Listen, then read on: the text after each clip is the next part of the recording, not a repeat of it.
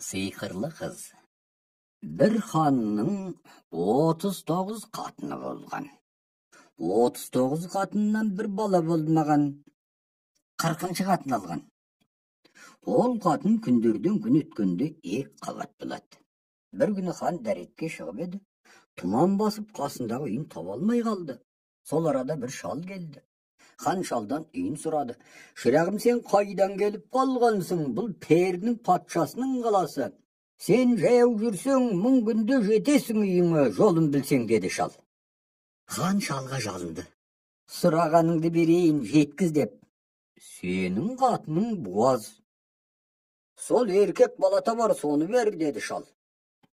Хан Құдайдан сұраған жалғыз баласын бермек болды. Шал ханға: артыма түс, көзіңді жұм, деді. Көзін жұмып ашса, есігінің алдына әкеліп тастаған екен. Үйіне кірсе, қатыны босанып жатыр екен. Қатын ұл тапты. Ол 15-ке жеткенде әкесінің түсіне адасқанда келген шал кірді. Уақыт жетті, балаңды бер, деді. Ертеңінде хан баласына бастан аяқ айтады. Бала әкесіне: мен сол шалды іздеп барам. Маған екі аяғыма темір етік, қолыма темір таяқ бер. Хан айтқанын беріп баланы жөнелтті. Бала келе жатады. Темір етіктен теңгедей, темір таяқтан тебендей қалғанда далада екі жылан төбелесіп жатыр. Bir ақ, bir қара. Қарасы жеңіп бара жатыр еді. Бала тас лақтырып, қара жыланды өлтіреді. Тәғ жүріп келе жатқанда алдынан бозат мінген бір жігіт баланың атын атап сәлем береді. Бала жігітке айтты: сен менің атымды қайдан білесің? Сен менің жолдасымсың. Сен маған жақсылық істедің, дейді жігіт. Мен қашан жақсылық істедім? Екі жылан төбелесіп жатқанда қара жыланды өлтірдің. Ол қара жылан кәпір кісінің баласы. Мен мұсылман кісінің баласымын. Екеуміз төбелесіп жатқанда соны өлтірдің. Енді қайда барсаң да мен жеткізейін, қайда барасың, деп сұрады. Бала әңгімесін бастан аяқ айтты. Жігіт балаға айтты: сені мен судың жанына апарам. Сол арада тас бар, сол тастың жанына тығылып жат. Екі аққу келіп қыз болып шомылар, оған тиме. Тәғы жалғыз аққу келіп қыз болып шомылар, сонда кебін алып бауырыңа басып жат. Сонда қыз ақырғы сертін берсе бер. Жігіт әкелді. Бала тастың бауырында жатты. Айтқанның бәрі болды. Айтқанын істеді. Қыз ақырғы сертін берді. Қыз балаға айтты: мына жерде алтын құдық бар. Оның ар жағында бір сарай бар. Мен сонда болармын. Қыз әкесіне баланың келгенін білдірді. Кешке патша шақырып болып: мен саған қызымды берем, бірақ 3 сертім бар. Бүгін түнде 100 десте егінді жыртып пісіріп сарайыма үйіп қой, деді. Бала қызға айтты: қыз, бұл оңай, жата бер, мен істеп қоям, деп. Қолындағы асылын жанып қалып еді. Екі пер кіріп келді. Екеуіне: сендер 100 десте егінді жыртып пісіріп жинап сарайға үйіңдер, деді. Екеуі кетіп қалып 2 сағат ішінде қайтып келді. Ертеңінде бала барып шалға айтты: жарайды, кешке кел, деді. Бала келіп еді. Шал: бүгін түнде мынау арадан су ағызып үстінен көпір сал. Көпір алтын болсын, жерден көктен тіреу болмасын, деді. Бала тағы қызға келіп айтты: қыз, бұл оңай, жата бер, деп. Тағы кешегідей жанып еді. Кешегі 2 пер тағы келді. Перге баланың жұмысын айтты. Екеуі кетті. Таңертең ертерек қыз баланы оятып, қолына балға мен алтын шеге берді. Бар, енді әр жеріне қағып жүр. Әкем жаныңа кеп бірдеңе дер, сонда үндеме. Бала шеге қағып жүргенде шал жанынан олай-бұлай өтіп балаға: жарайсың, кешке тағы кел, деп кетіп қалды. Ол кетісімен бала да кетті. Кешке бала барды. Шал айтты: менің бір қара арғымағым бар. Соны бүгін түнде салтқа, санаға, арбаға да үйрет. Бала екеуінен оңай ғой, деп қызға келді. Әлгін айтты. Қыз: менің қолымнан келмейді. Оның жолын айтайын, сонан өзің үйрет. Сен жақындары жақындамаста аяғыңдағы шынжырды тасырлатып иіре бастар. Жанында 4 пұттық шоқпар бар. Соны алып үстінен мініп алып, жалынан ұстап шоқпармен ұра бер. Сосын ол қара ит болар. Сонан құйрығынан ұстап айырылма. Сол кезде әкем шығар: үйреттің бе, дер. Сонда Ат дегенің ит екен ғой деп артқа қарамай жүре бер деді. Бала келе жатыр. Сарайға жетер жетпесте аяғындағы шынжырды тартылдатып иіре бастады. Есікті ашып кірсе, үш аяғындағы шынжырды үзіп, бір аяғында ғана қалған екен. Шоқпарды алып ұра бастап еді, бір мезгілде қара ит болды. Иттің құйрығынан ұстап айырылмады. Шал шығып еді, ат дегенің ит екен ғой деп тастап жүре береді.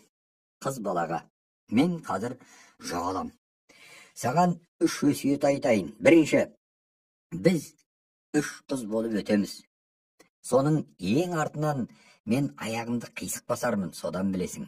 Екінші, үш тауық болармыз. Сонда олар жерден таралып жер, мен олардың артынан жермін, содан білерсің. Үшінші, үш көгершін болып өтерміз. Сонда мен құйрығымды жайып жүрермін, содан білерсің деді. Айтып болысымен ақ жоқ болған. Әрберден соң шал баланы шақыртып алған. Алдынан үш қыз өткізді. Бірінен бір аумайды балаға: осыдан кіші қызымды тауып бер деді. Бір қыз аяғын қисығырақ басып еді: осы кіші қызың деді. Екінші ретінде үш тауық өтті де тары жеді. Тағы кіші қызым қайсы деді. Бір тауық тарыны екеуінің артынан жеді. Әлгі тауықты мынау кіші қызың деді. Үшінші жолы көгершін алып өтті. Біреуі құйрығын жайынып өтті. Шал балаға: ал енді осыдан кіші қызымды тапсаң сөзсіз алып жүре бер деді. Кіші қызың мынау, еркелеп құйрығын жайынқы етіп келеді. Сонымен патша қызын беріп, 30 күн ойын, 40 күн тойын істеп болды. Күндерде күн өткен соң бала үйін сағынды. Қызға айтты: мен үйімді сағындым. Енді мен қайтам, сен қалсаң қал деді. Қыз айтты: мен сенімен барам, бірақ әкем не мен өлем. Сол күні бір арғымақ даярлап, түнде екеуі қашып кетті. Келе жатыр еді, екі ала үйрек көрді. Қыз: мынау келе жатқан менің екі апам, енді бізді алып кетуге келді деп жігітті балаған қып өзі кемпір болды. Арғымақты ешкі қып сауып отырды. Екі қыз келіп сұрады: сондай бір еркек пен әйел көрдің бе? Жоқ, көрген жоқ, өзім осымен ғана күн көріп отырған кемпірмін. Екеуі кетті. Бұлар тағы кетті. Енді екі қыз әлгіндей деп айтқасын әкесі: соны алып келіңдер, ол қыздың сиқырын білмейсің бе деп ұрысқан соң екеуі тағы келді. Бұлардың келе жатқанын көріп, жігітті екі жағы ашық ін қылды. Арғымақты іннің екі жағынан тікенек қылып, өзі құйрығы жоқ ақ тышқан болып ерсілі-қарсылы сығалады. Екі қыз келіп ұстайын деп қолын тықса, тікенек қадалып жібермейді. Екеуі тұрды да ойланды. Осы тышқанды апарғанда қыз бола ма деп кетіп қалды. Олар кеткен соң бұлар да кетті. Келе жатыр еді, бір ұшып келе жатқан құс көрді. О, мынау менің әкем. Енді не мен, не ол өледі деді. Жігітті бәйтерек қылып атты, сынап, көлі қып, өзі сынапта жүрген шортан болды. Әкесі келіп: мынау менің қызым, сендер сынапты төк, бәйтеректі құлатыңдар, мен мына қызды ұстаймын деп еді. Қыз үйрек болып қашты. Ол қаршыға болып қуды. Далада отырған байдың қатынының қолына қыз Сақина болып тұра қалды.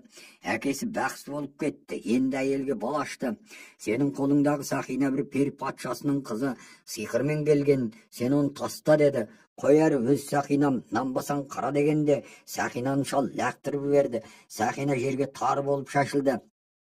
Бақсы әтеш болып шоқи бастады. Бір кебістің ішінде бір тар қалған екен.